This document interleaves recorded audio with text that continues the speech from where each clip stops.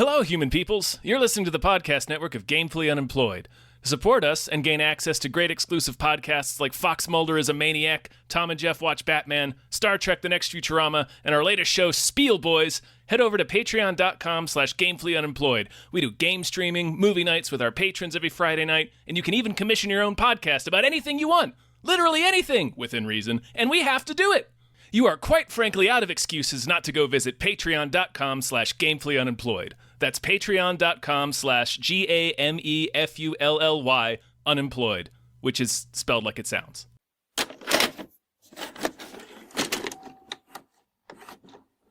Literally in the elevator. Yeah. What did I say? I said it could be a porno. Yeah, it could be a porno. It could be. It's really hard to tell. Dark Passage. Dark Passage. That's just an orifice. The orifice. It's a hole. Oh, a shadowy hole. Yeah. Hi, everybody. Hello, everyone. My name is David Bell. I'm Tom Ryman. What's up, everybody? I'm Alan. I'm the director of the feature film Last Straw. Yes, and I am the writer of said feature. My name is Taylor Sardoni, and hey, what's up, everybody? Welcome. And we just watched Dark Passage, a movie about an anus. Humphrey Bogart and holes. You won't tell me because you think I'll come there. You think I'd follow you. You'd be insane to follow me. Was I insane to pick you up on the road? Was I crazy to let you stay here? Alan, Taylor, thank you so much for being on. Before we begin, thank you so much. You already gave a little hint. What's your deal? What do you got going on? Can I? Thanks for being on. Sure. Yeah, let's do that. Tell us a little more about Last Straw, will you? Yeah. Well, thank you guys for having us. It's really funny. We came across, your podcasts and what you guys do, and we were like, we're going to reach out and say, please have us on your show because it would be so cool to chat. And so we're really excited to be here. We have known each other. Alan and I have known each other since Columbia University, our grad school days. What is it, 10, 12 10, 12 years ish. Nice. Where he was a director and kind of, studied that. And I was one of the writers. And our collaboration runs deep. And specifically on this last one, we were able to mount our first produced feature film, Last Straw, which is a cool crime thriller that you guys covered in Hypecast. And that's kind of how we found you. And we're excited for more audience to see it. Sooner rather than later, hopefully. Yeah. Oh no! What's the status of the film? Where can people see it? Yeah, so we're on a little film festival tour right now, but we have a sales company that is out doing their sales thing right now. So hopefully, very soon, they're talking to a few people that hopefully we'll have a distribution deal in place here soon, and then people. Well, we hope we get into. We'll have it in theaters, and then I mean definitely streaming. So yeah, we're this is an early plug, early plug that hopefully sets the seed for later on. Yeah, but you guys dug the trailer, and we figured, hey, let's do it. Absolutely, thank you so much for joining us. It's a budding plug, a bud plug, if you will. Plug, I love it. Oh, so this is going to be the theme. This is going to be the theme of the episode. Listen, you said Dark Passage. Yeah. We covered it on a Hypecast. People can check out the trailer. It's for Last online. Straw.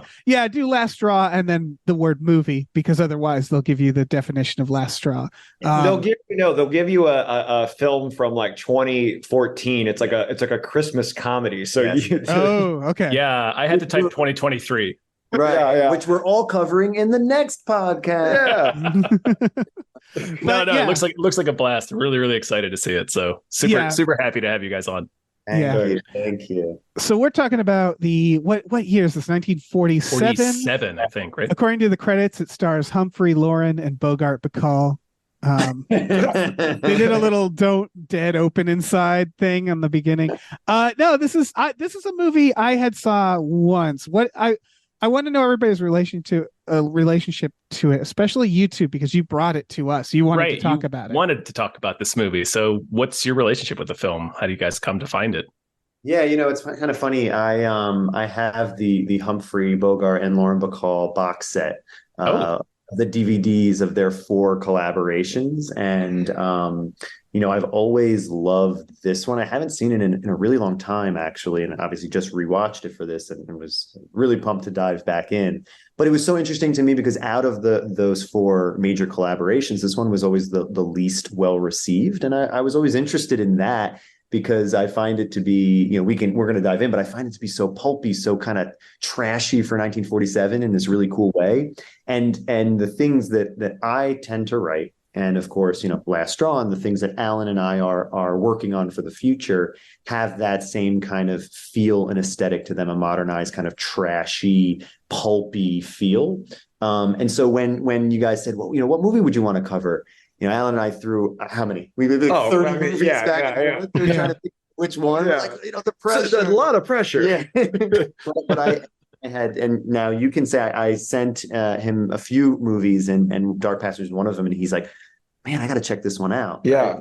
Yeah. So I admittedly, I hadn't seen this film until recently. Which I will just say, Alan and I are both, film nerds like yourself. So not having seen it was a big deal. I was like, oh, wow. But I knew if Taylor thematically was into it, I knew that it was going to be the right thing for this. Where it started was we had a reviewer or the film festival call our movie a neo-noir, and I never considered our movie to be a neo-noir. But now that the guy that programs at Beyond Fest said that, I'm like, oh, you're right. That's exactly what it is. And those are the kinds of movies that we love. Yes.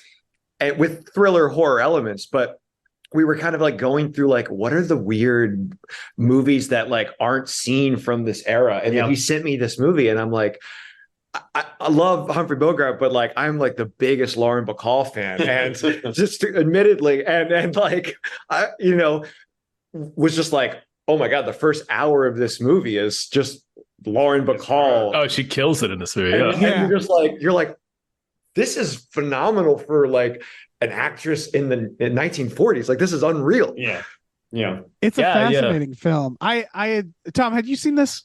I had. Okay, so you were saying as film nerds, you were surprised that Alan hadn't seen it. I had never even heard of this one. Wow. So I was real shocked, because I thought I was pretty into like, Bogart movies and stuff. I've seen like Casablanca, African Queen, Maltese Falcon, all that stuff. Yeah. This one I had never heard of, but it's immediately striking because of the POV, the way it's filmed. Yeah. The first part is so well shot. The POV first hour stuff rules. My God.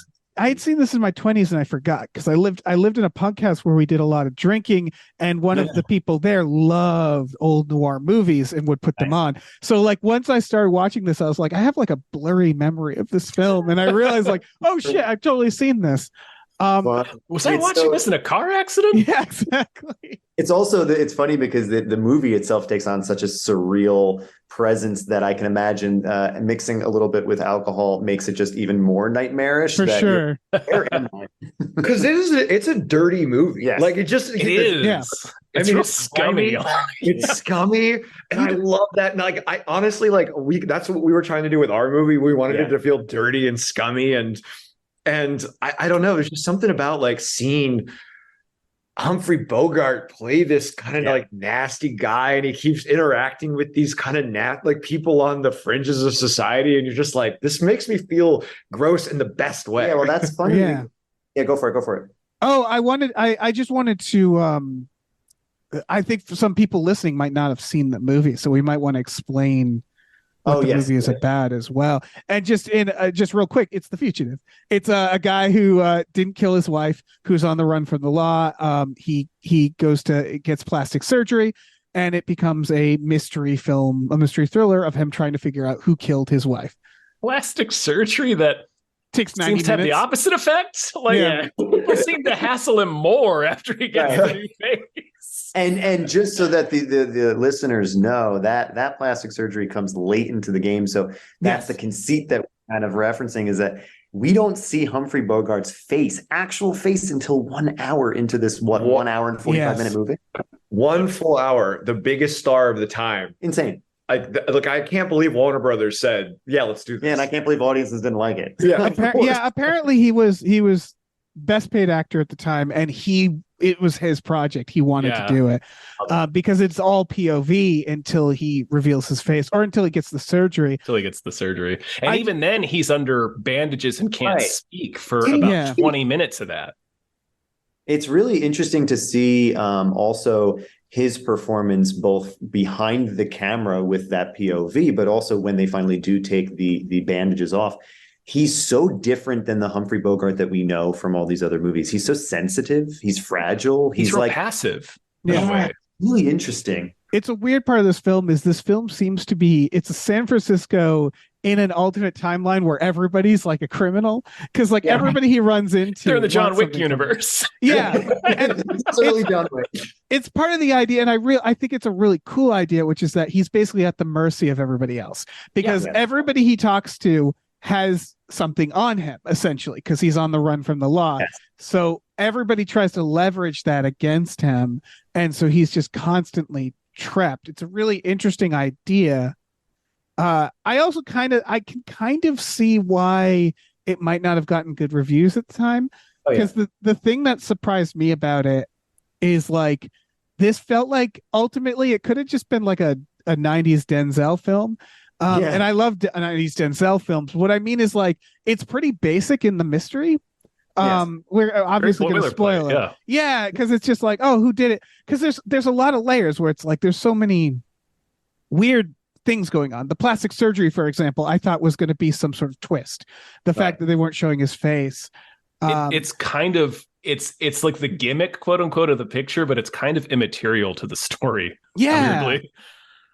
It's really interesting about that. And also since it's like a little later, Bogart's playing it is like he's not that torn up about his wife. And it makes sense because he's been in prison for a while, but he plays it almost kind of like he feels a little sinister. Like I expected something to happen. Well, you don't trust him. Yeah, you don't trust him completely. And there's an idea there that I thought was interesting with Bacall, because she's so ride or die right away. She picks him up off the side of the road. You don't trust her. Idea who she is, right? And it turns out that she's just a good Samaritan and just wants to help him.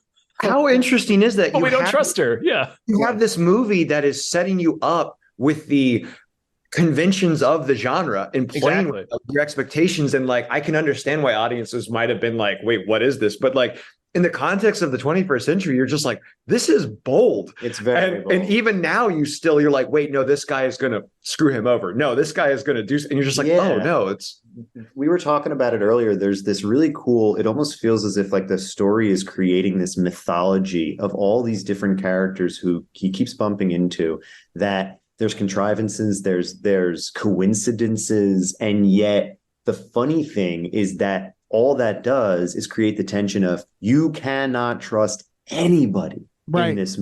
There's an amazing moment in the film where a character on the street just walks up to him and says, and we're in that POV, and says, hey, can I get a cigarette? And you're waiting for it to be like, okay, who's this guy? Does he know him? Is he going to kill him? And he says, do I know you? And you hear, no, you don't know me. And then he just is like, okay, and keeps walking away. And you're like, oh my gosh, is he going to come back?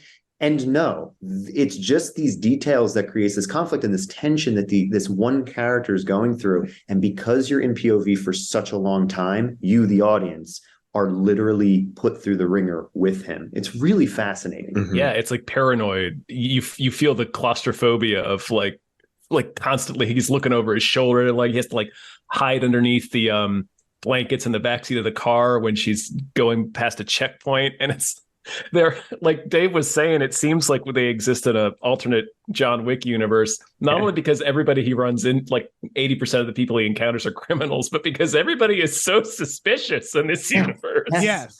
Like the cop in the diner, he hears the diner owner like accidentally screws him over just because he's small talking and says, well, I forget how the small talk comes up, but he asks him the racing scores, and he's like, where you been, buddy? That race's been closed for a month. Basically screws him over. And the cop is just like, probable cause. I'm gonna go back to your house and like I'm gonna follow you and make sure you have ID. Like that cop is committed. Yep.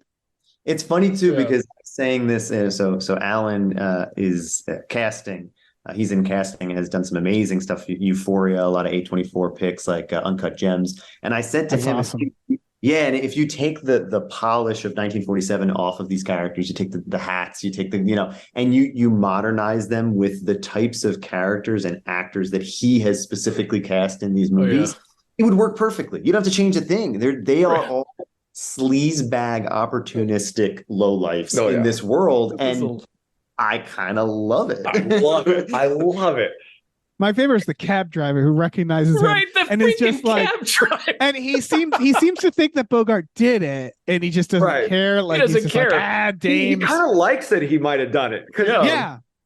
There's an amazing moment where my favorite character is the doctor, the surgeon. Yeah. Man. He has a line that I wrote down here. He says, "I perfected my own special technique 12 years ago before I was kicked out of the medical association. I don't monkey around." He's holding a giant knife, like a scalpel when he says this. And again, I'm almost certain. Did I misunderstand this? That the surgery took like 90 minutes? 90 minutes. Yep, And 90 maybe that is true, but it doesn't feel like it should be. Like if I went to a surgeon, they're like, it'll be like 90 minutes. It'll be like the length of a kid's film. I'd be like, I don't want a new surgeon. The kind of plastic surgery you get in a dark alley in 1947 is the kind that takes 90 also minutes. like a friend of a surgeon. That's not how you want to get plastic surgery. No. You don't Just some random cab driver who picks you up. Like, you look like you murdered somebody. Want me to take you to a plastic surgeon? I know. But honestly, like I think that the character of the cab driver is so disturbing. Is like he's okay if Bogart did kill his wife. Yes. And he's like, and I'm going to help you out. And there's something about that character, even though he's like kind of he helps out. He's kind of the most vile character in the entire movie. Oh yeah. Like he's definitely the most sinister when you think about his operation. Yeah, and he even says like he has this like very strange helper energy to him where he's like, I want to help. And then he says to the doctor right before he goes, but I like his face, so be careful with his face. Like, you just you're a cab driver. Right. What are you talking about? You like this guy's face. What's his motivation? Why is he helping this guy? And it's just like, he just wants to help wronged men. And you're just like, this is really weird. Yeah. And that's the thing, is that it feels like the movie is circling that idea, right? Is like, he's a desperate man, so he has to get involved with these people. But since he's innocent, you'd think he'd have some sort of like moral disgust to them. And I guess that never really plays out. And like, they all have to be like Lauren Bacall. Again, it's just like, what kind of person finds a fugitive and just is like, I believe in you. I'm going to help you. I'm going to do all these things for you. It's so incredibly video, and I just heard that you escaped, and so I was going to come find you. It kind of reminds me of like a show like the Night Of, or even the doc series like Making a Murderer. This conceit that we're following a person who, is he innocent, is he not innocent, and we're watching him try to kind of like right the wrong in such a different and bad, disturbing way that by the end you're kind of like, yeah, well, if he wasn't before, he kind of is a sleazeball now. Yeah. All the characters that he's been interacting with. Right. It is important to note that they seem to imply that there was like a big like media trial about this guy. And that's why everybody sort of knows him and has an opinion. That's true, yeah. And I think that's a big part of it. That's like a little less like, I don't know if it's just that it's less loud because now we're watching it and it's an older film where like if you had people talk about how they were like reading about it online and talking about it on Twitter, you'd sort of like, you'd get it a little more, I think, of like, or if they're like, oh, I saw the Netflix documentary about you, that's the equvalent of it. It is. And it's sad as it now that there's just, there's probably so many terrible murders that happen that we're just so desensitized. We're like, there's nobody who we'd be like, oh, it's him. It's just like, oh, you killed your wife? I had that thought while we were a second ago, we were discussing. So maybe they just thought, oh, well, guy killed his wife. That'd be all over the news. And, 60 years later, we're like, that's like one of 10 guys. We're like, oh, how quaint. But it is like, it's weird to say this because I don't think they should, but this would be a movie that could be remade with true crime as more of its own character. Sure, yeah. It's essentially a true crime fan. Like we learned that Bacall was obsessed with the trial and went there every day. So it's she's a podcaster. You'd make her a podcaster. She's a She's your podcaster. She's running cereal. That is what she's doing. She's Sarah Koenig. I actually will go as far as to almost disagree and say that I actually think this would make a killer remake if somebody actually took it in the right direction. I know we don't love remakes of awesome films, but this one just feels as if it's kind of like it would introduce an audience to the original movie and get to do some of the things that, how daring can we be now, modernized, and do some stuff with perspective and technique that I don't know that they were attempting to do back then. Yeah. It'd be interesting. Yeah, I think there's certain remakes that I'm like it's weird to say. I always thought they should remake The Third Man and have Orson Welles be played by Denzel, who I brought up earlier, because it would be a great reveal. But like that's a movie that I'm like, remake it every 10 years with whoever's the newest celebrities. Like there's certain movies that I'm like almost throw that away, and it's just like, yeah, fuck it. You know what? It's interesting.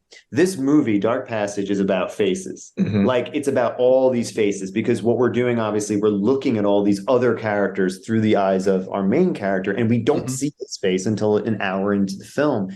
And I think like there's something to be said about what you're talking about, Dan, this idea of like, how do we get the biggest movie star and mess with the audience's expectations of when you're going to see him or her, because that would even be more interesting, so there's so many different things that you can play with. Right? It's really fascinating. Go on. No, you. Oh, I was just gonna say it's a fascinating movie because it's like almost a series of vignettes for that reason. Where it's like these little people, like these little bits of people doing like monologues almost to the camera, because they're all talking to Bogart's character, and it is setting up like a series of like kind of questionable characters to kind of build this mystery.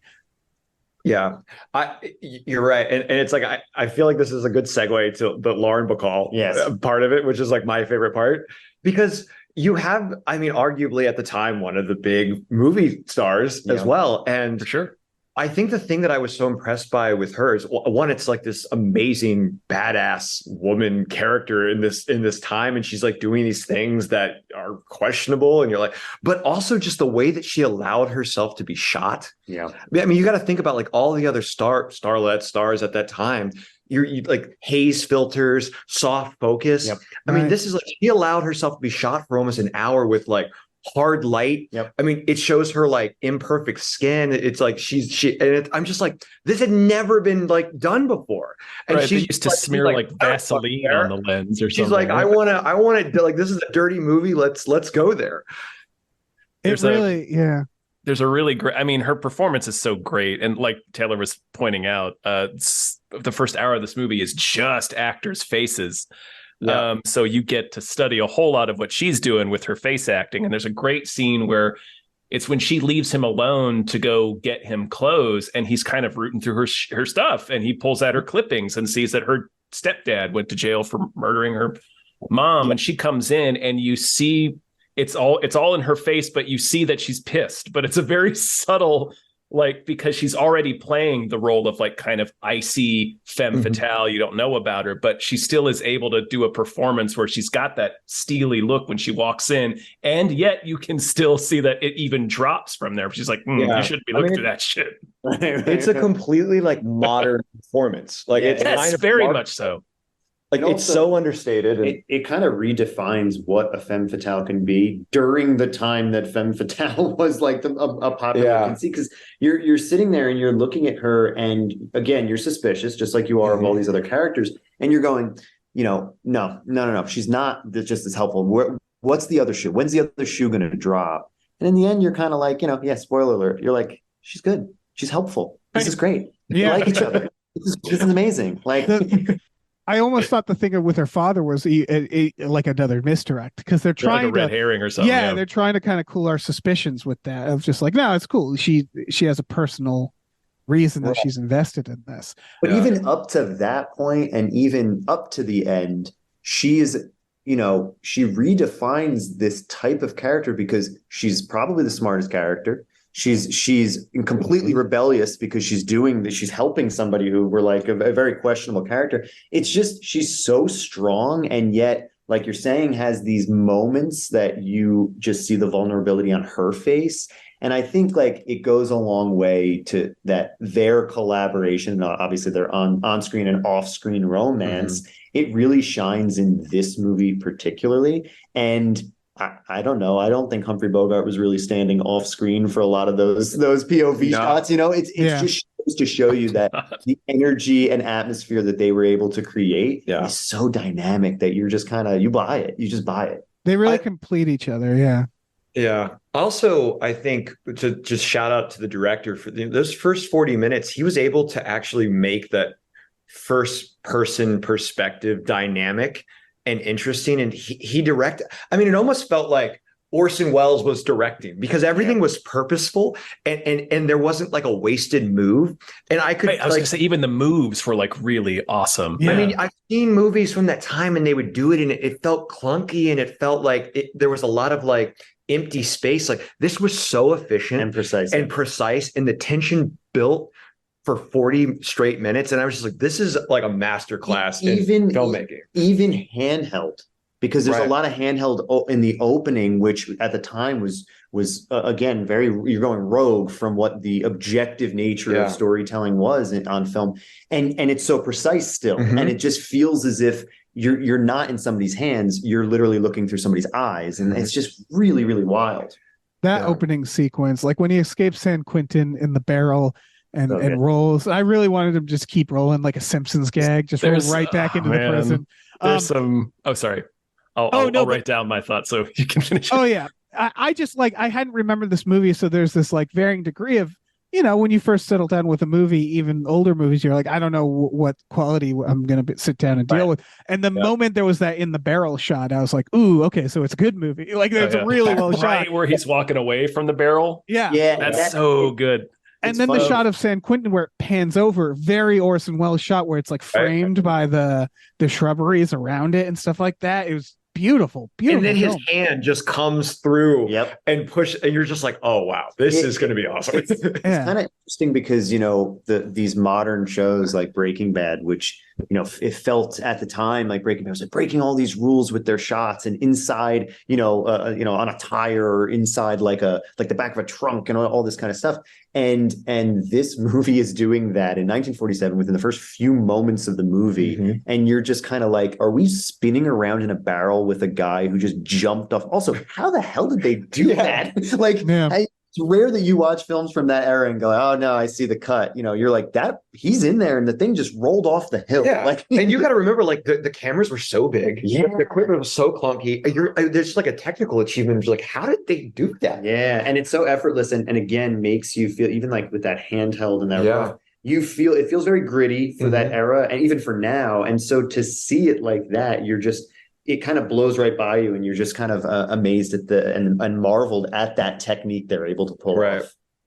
Yeah, that's true. I hadn't even sat there and thought, I wonder maybe if they used a mirror or something. In that shot, there's a really funny shot of the dummy that's crammed in there. So I wanted to take a moment to talk about the dummy work in this movie because we keep using the word bold.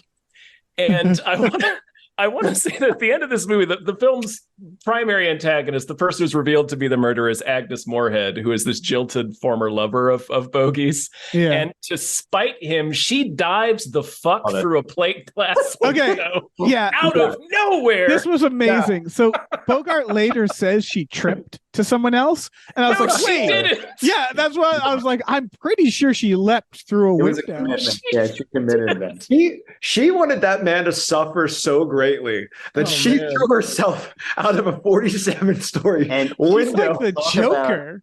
Talk about that commitment and when that dummy, when that thing falls down and then his POV shot from all the way above shows her on the ground. It's weirdly like the most effective shot of the whole movie. Yeah. Because you're staring at it with him for such a long time and you're like, how do we feel about this? Because now he can kind of get away, but like there's no justice. And then you're very conflicted inside. But he's still a wanted man and he can't actually like hear his name. And you're like, this makes me feel dirty. Yes. Yeah. I do love. There's a bit of more physical acting that I wanted to highlight in that scene where Bogey's, because he goes there to confront her. He's got this confession. He really thinks this conversation is going to go in one direction, and he goes in a direction he couldn't predict. So he had all this like shit lined up, like he was going to be like coming there like Columbo and corner her. But then he's looking through the shattered window, and you see him realize how much trouble he's in. Yeah, like, and then shit. He's like, I gotta screaming. get he's like looking around the apartment to try to figure out what he's touched. I was curious. Yeah, I was very curious what like noir mystery films of the time was, because there's this moment where he walks in and he's just like, "I know you did it. Confess." And then he's like shocked that she's just like, "No," and he's like, "Shit." Will you tell it to the police? I don't think I will. Yeah, and he's just like, "What do I do?" You know. The movie, I mean, the movie is so like not worried about the conventions of how like the tension is not like between the characters. The tension is like the way the characters are perceived, and it's kind of amazing. Yeah, that's the thing. Committed to that. Again, that's the thing is like, even obviously modern audiences, but even audiences at that time can watch this movie and say, okay, there's too many coincidences. There's too many holes. The literally she's just like leaping out the window. Like, there are things in it that just feel so contrived, and yet it feels like such an achievement because I buy it, and you feel as if there's this mythology of these characters that's like, no. This is the nightmare that he is in, and we're going to put you literally in the driver's seat, and you're going to go through this with him. And in the end, you're going to have to make that decision of like, now what, huh? And it's almost like, imagine if the movie ended with that look on his face of, oh shit, what do I do? Yeah. You have a better ending, obviously, but it's just so, it's really I couldn't help but feel as I'm watching it, like it felt surreal, like like a dreamscape. Like it almost felt like maybe David Lynch watched this movie and it got lodged in his subconscious somewhere, because it's reality, but the heightened reality for sure. Yeah. And you're like, you're not sure if it's real or not, but it is. And I don't know. It's very subversive. I think I don't know. I tried to look it up. Because like the process of writing, you always ask like, what does the audience expect? Let's do the opposite, right? We always want to surprise them. So having her leap the fuck out that window, it was a moment of me being like, oh shit. Like you don't expect it. You just don't. I gasped. Yeah. And you're like, what is he going to do? And then landing it on this idea of like, well, we finally know he's innocent, which is the whole thing you're wondering. You're watching the movie and you're like, did he I think he might have killed his wife. I don't know. And then, so we know it, but then we know the frustration of like, but no one else is going to know it. And that's such a good ending. And I could almost see a darker ending where it's like he goes back to prison or he's just alone. But it felt like almost a studio note of them being like, but we still want it to be kind of happy. So have him like escape. It's still got to be a bogey. Go to call. Peru. And we can admit too, I mean, a fault of the film is that after that hour of POV and he finally reveals his face, the movie does cram in your typical film noir mystery into like the next 30 to 40 minutes. And so it does feel as if we're like racing towards a very low stakes mystery of just a jilted lover who's just like, if I can't have you, no one will. And you're like, oh man, this is kind of a letdown towards what we were kind of building, but who cares? Let's just keep let's just keep it going. There is a tiny bit of is that all? To the mystery, but it's done so well. I love the idea of Bogart going to the cops and them being like, so let me get this straight. She murdered your wife and jumped out the window because you're just so good of a lover? Is that what you're telling us? What did you look like before you looked like Humphrey Bogart? You are going to jail, sir.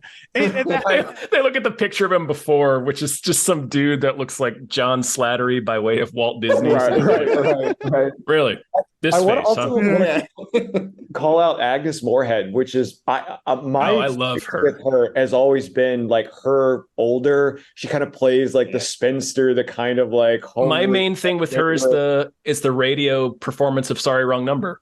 Like I had that on audio cassette and I listened to it constantly as a kid. Sorry. And there was a moment where I'm like watching this movie and I was like, wow, like what she's also playing like a femme fatale. And you're like, there's no way that's the neighbor from Bewitched, or that's no way that's the like the homely like neighbor from All That Heaven's Allowed. Like that's no way that's her. And you're just like wow, she really had range. And I don't like, she doesn't really get called out for her range. And I'm just like, I'm impressed.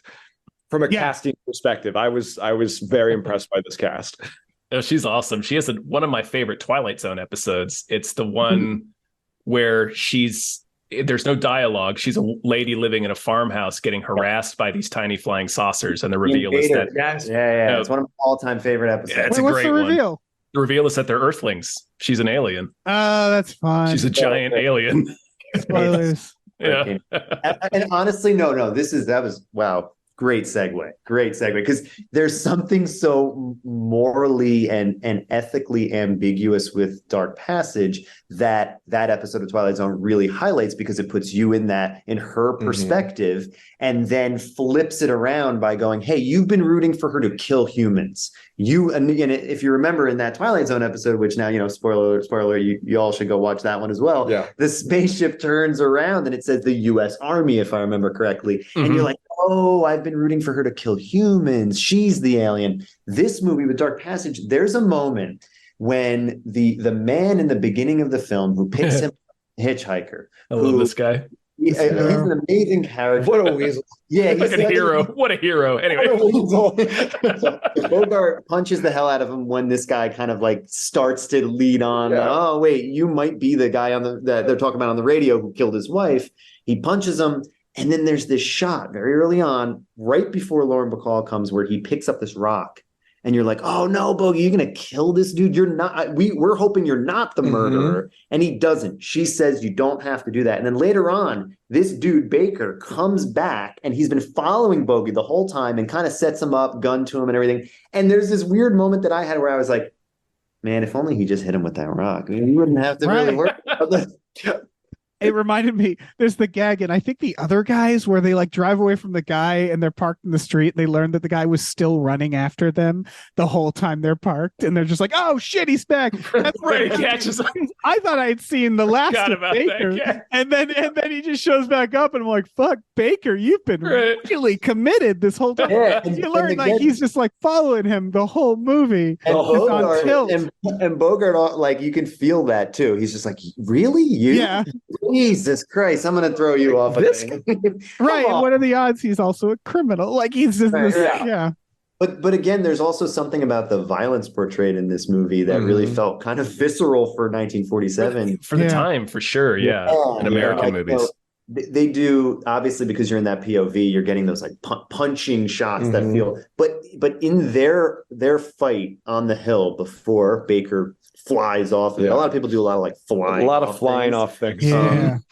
There's this like really great shot where they're wrestling on the ground and Baker takes his hand and just kind of like smooshes it into Bogart's face. And again, it's this whole thing has been about faces, and we're finally seeing Bogart, and we're like, hey, that's the biggest movie star. Don't hurt his face like that. And you don't see that in those movies back then. And honestly, now you rarely see like a fish hook, where somebody's like clawing at your actor's face. And he had just gotten surgery. I was literally like, oh my God, is his face going to tear off? Are they going to tear his face? Or it's also the meta aspect of making your star look unglamorous, especially Bogart, who is a tough guy, most famous Hollywood icon at the time. He's real passive in this movie, and he's just getting his ass beat, and this dude is yanking on his face in this like really visceral, grotesque way almost. It's like a striking image. Again, that's why I would lobby to have this thing remade. And the setup now is that this whole thing has just been for us to say, let us remake it. Let us. No, but it's because you would want to bring in like, there's such a nightmarish trippy quality, like we were talking about, that whole sequence where he has the surgery and the doctor's just like, ha, ha, ha. Oh my God. Yeah. It's like the Willy Wonka tunnel. It is. Yeah. And you would love to see like a more, body horror, almost like Cronenberg kind of take to having this mauled face that's healing over the course of the story. And then anytime anybody brushes up against him, he's in pain. Like you want to feel that, because you do in the movie, but if you had the right prosthetics and stuff, it could feel so disturbing. Yeah, absolutely. Yeah, because he feels very helpless, where you're like, once he gets the surgery, he still has to spend a while just wrapped up, and he can't talk, he can't defend himself. And Lauren Bacall is like, kind of you're still suspicious of her. So you're like, is she going to do something? She keeps doing the thing where she'll say the truth as a lie, and you see him, he keeps going like, oh shit. But again, it's the idea of her completing him is like, he's not smart enough to be sneaky, and she's smart enough to be sneaky. Exactly. She has to deal with fucking Bob all the time. Bob. I think what my favorite section of the movie is the 20 minutes of the film where he can't speak. Yeah. It takes care of him. Yeah, but like from like there's so much tension in that section, and I'm like, if there was ever a remake or even just creatively, I'm just like, man, that is a very interesting concept for like. Yeah.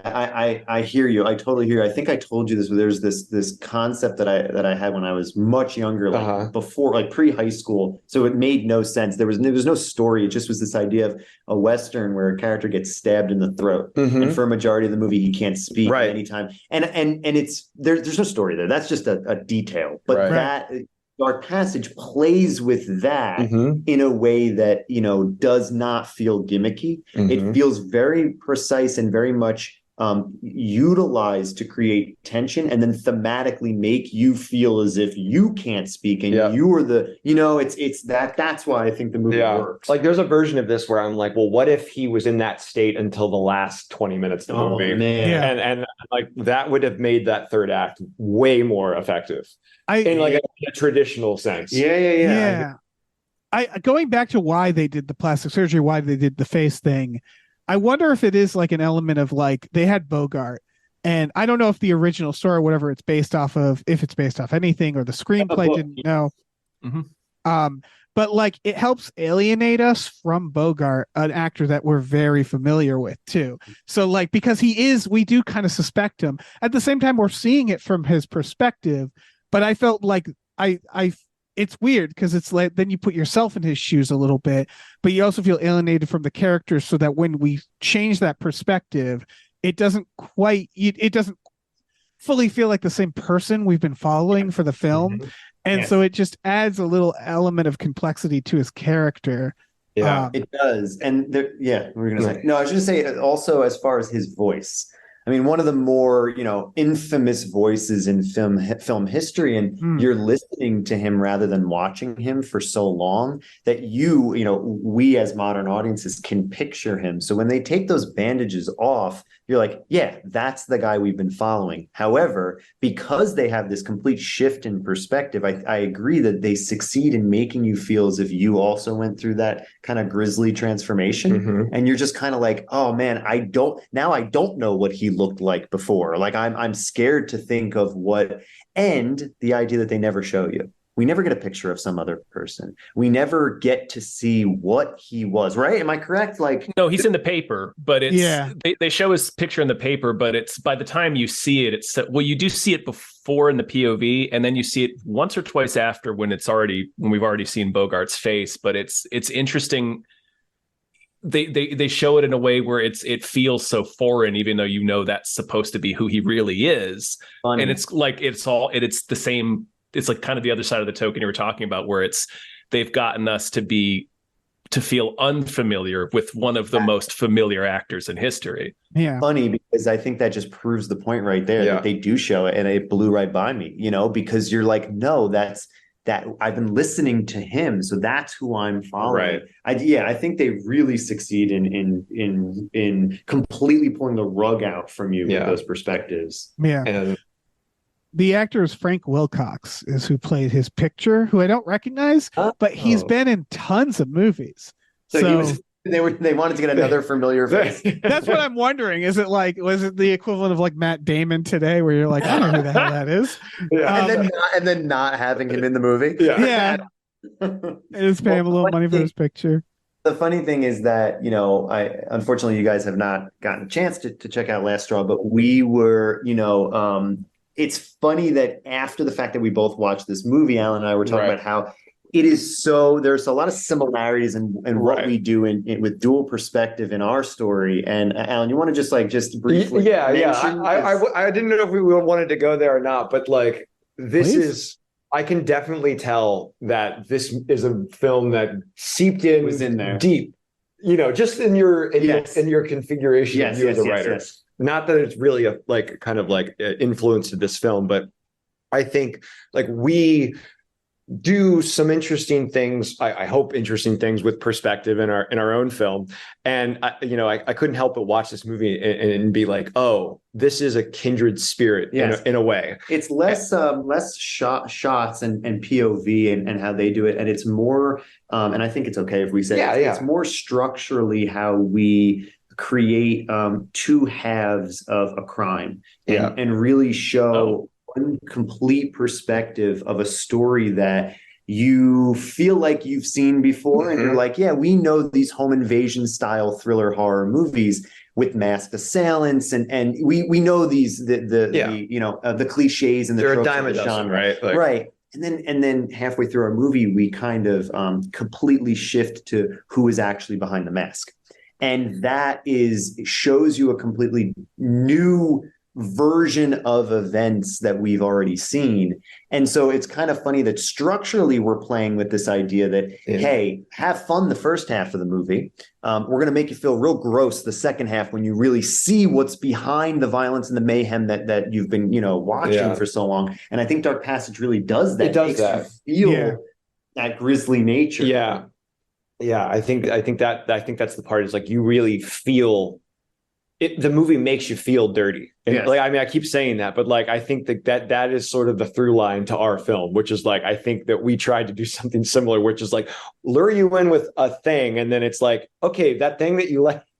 Yeah. Fuck you. Yeah. Honestly, but like, no. It's, and also we both really bonded when we first met over, Carpenter and Friedkin and these filmmakers who in their respective eras, R.I.P. Friedkin and Carpenter, please stay alive a lot longer. But in respective eras, they were doing these bold, brash, things where they were portraying characters that feel as if, as Alan was saying earlier, on the fringes of society. These characters who you're not supposed to like or watch or want to be with, or at least somebody like, Freaking with Exorcist, like characters who you're like, yes, I know the priest, but I don't know the priest who's going through what this priest is going through. And this is darker. And so that's what we gravitated towards always in our stories, is just like telling the outsider's perspective. Yeah. And kind of portraying a cast of characters who you're kind of like, ooh, should we side with them? Ooh, I feel dirty for siding. Yeah, because it's like, I mean, it's like the home invasion thriller, the mass. It's like it's been done so many times. It's like where, like what's left? Yeah. Like what perspective? What is interesting left to say and tell? And so that's kind of like what was exciting about us making this film. I think just from the trailer and just reading about it, like I definitely get those vibes off of it. Like Carpenter is a sure. good point. I think we may have even said Carpenter in the episode, but now I'm just, everything you said just makes me more excited to see the movie. Yeah. Yeah. It's interesting because like, we've been like interacting with people and critics and we'll hear people's responses, and it's really interesting because I guess we can talk about it. It's like, I think some people go into the movie wanting the traditional thing, and then they get this other thing, and they're like, "Wait, what?" Well, I think that any film that attempts to do something, whether it's structurally or whether it's through shots, something that is different, and takes on a concept that we feel familiar, and then plays with it and rips it out. Audiences. If you elicit that emotion in an audience and a surprise, sometimes it comes off where the audience is like, I didn't like that. And you're like, yes, but we still achieved what we wanted to do to make you feel that uncomfortable way, and kind of weird and nasty. A lot of films have like that. Yeah, like you go back and look at like how The Thing was reviewed originally versus how it's seen now. Coming out a week after E.T. Yeah, because I think it happens where like trailers promise a certain type of film, and the filmmakers aren't always in charge of what the trailers promise, and then the audience go in expecting one thing and they get another, and sometimes there's a moment of like people having to adjust to like, no, this was the story we wanted to tell. It might not have been the story you wanted when you came in. Yeah. We've been lucky enough, this has been a really cool festival run for us. Yeah. And this is our first produced feature, the Yeah. first feature that Alan has directed. And I've written, we've done a ton of stuff, but again, first feature that has been. Yeah. And we've had some great reactions and critically, I know we're all kind of a slave to Rotten Tomatoes, but critically on Rotten Tomatoes, we're doing pretty well. And we're excited every time that we screen it. And it's been a really amazing response to put something out in the world and have people like yourselves, see the trailer and say, ooh, this looks like something that we like. The goal, I think, and correct me if I'm wrong, but from the very beginning was like, let's make a movie that we would love to see. Right. And people like us would love to see. And, we've had some kind of cool experiences in the theaters so far in some of these screenings where we've had we had somebody yell at the screen during the movie. We had somebody vomit, and we don't have a particularly gory film. Oh, shit. It's visceral. It's visceral, but it's not anything that you would think would. I mean, there's been stuff way. Are you kidding me? Like, worse. no. But so you were surprised at the vomit. Oh, very much so. It's not something where we expected it. In fact, one of the things that we are doing in this film, which again, Dark Passage does really well, is portray violence in a way that is less about what you see and more about what you don't see. It's kind of the sounds. It's kind of like some empty shots where there's movement on the edge of the frame. And it's like, ooh, I hope they're not doing what I think that they're doing. Is that a stab? Is that a strangulation? Yeah. And we had a reaction of somebody vomit, and I was both simultaneously shocked and like, oh my gosh, are they okay? And also like, fuck yeah, that was awesome. Yeah, we know it's working. We know it's working. Yeah. Like I went to the bathroom at one point in our last screening, and then I came back into the lobby, and there was just like a woman like in the corner like crying, and there was a guy doing this, and I was like, I'm like, what is happening? And I like went back into the theater, and they were just like, something just happened, and I'm like, oh no, I think I saw them outside. Yeah. I always want to interview because I'd be like, did they like break up with you, or is it like movie? Like make sure, like was your stomach feeling all right? Yeah. Subtly hand them the comment card. And then we found out afterwards it was like, no, she was having an emotional experience to what was happening. Well, the other thing is like I love movies that we both love movies that push the boundaries, and like movies that like I always feel as if I see a movie nowadays, and there are few and far between, but again, picking up something like Uncut Gems, right? Like what the Safdies are doing. If movies that you're just like, no, I don't think we're allowed to make those anymore, guys. Like that's early '90s grit. Like I don't think, and I particularly, I think we both want to continue to make films that really feel as if you're like, ooh, guys, careful. Yeah, you can't do that. You can't do that. You can't do that. Let's see we dig Dark Passage. This movie is definitely full of Safdie brothers characters. Oh yeah. Awesome. All right. Any other thoughts about Dark Passage before we close it down? Before we or anything else you guys wanted to share about Last Straw? Yeah. Have you told people like what it's about? Have we talked about like the basic oh my gosh, did premise we? of it? Oh geez, Louise. I don't think we did. Oh no. No, someone explain that. Can we redo the Can we redo this whole hour and a half, please? Yeah. Put this at the beginning. Yes. Do you want to?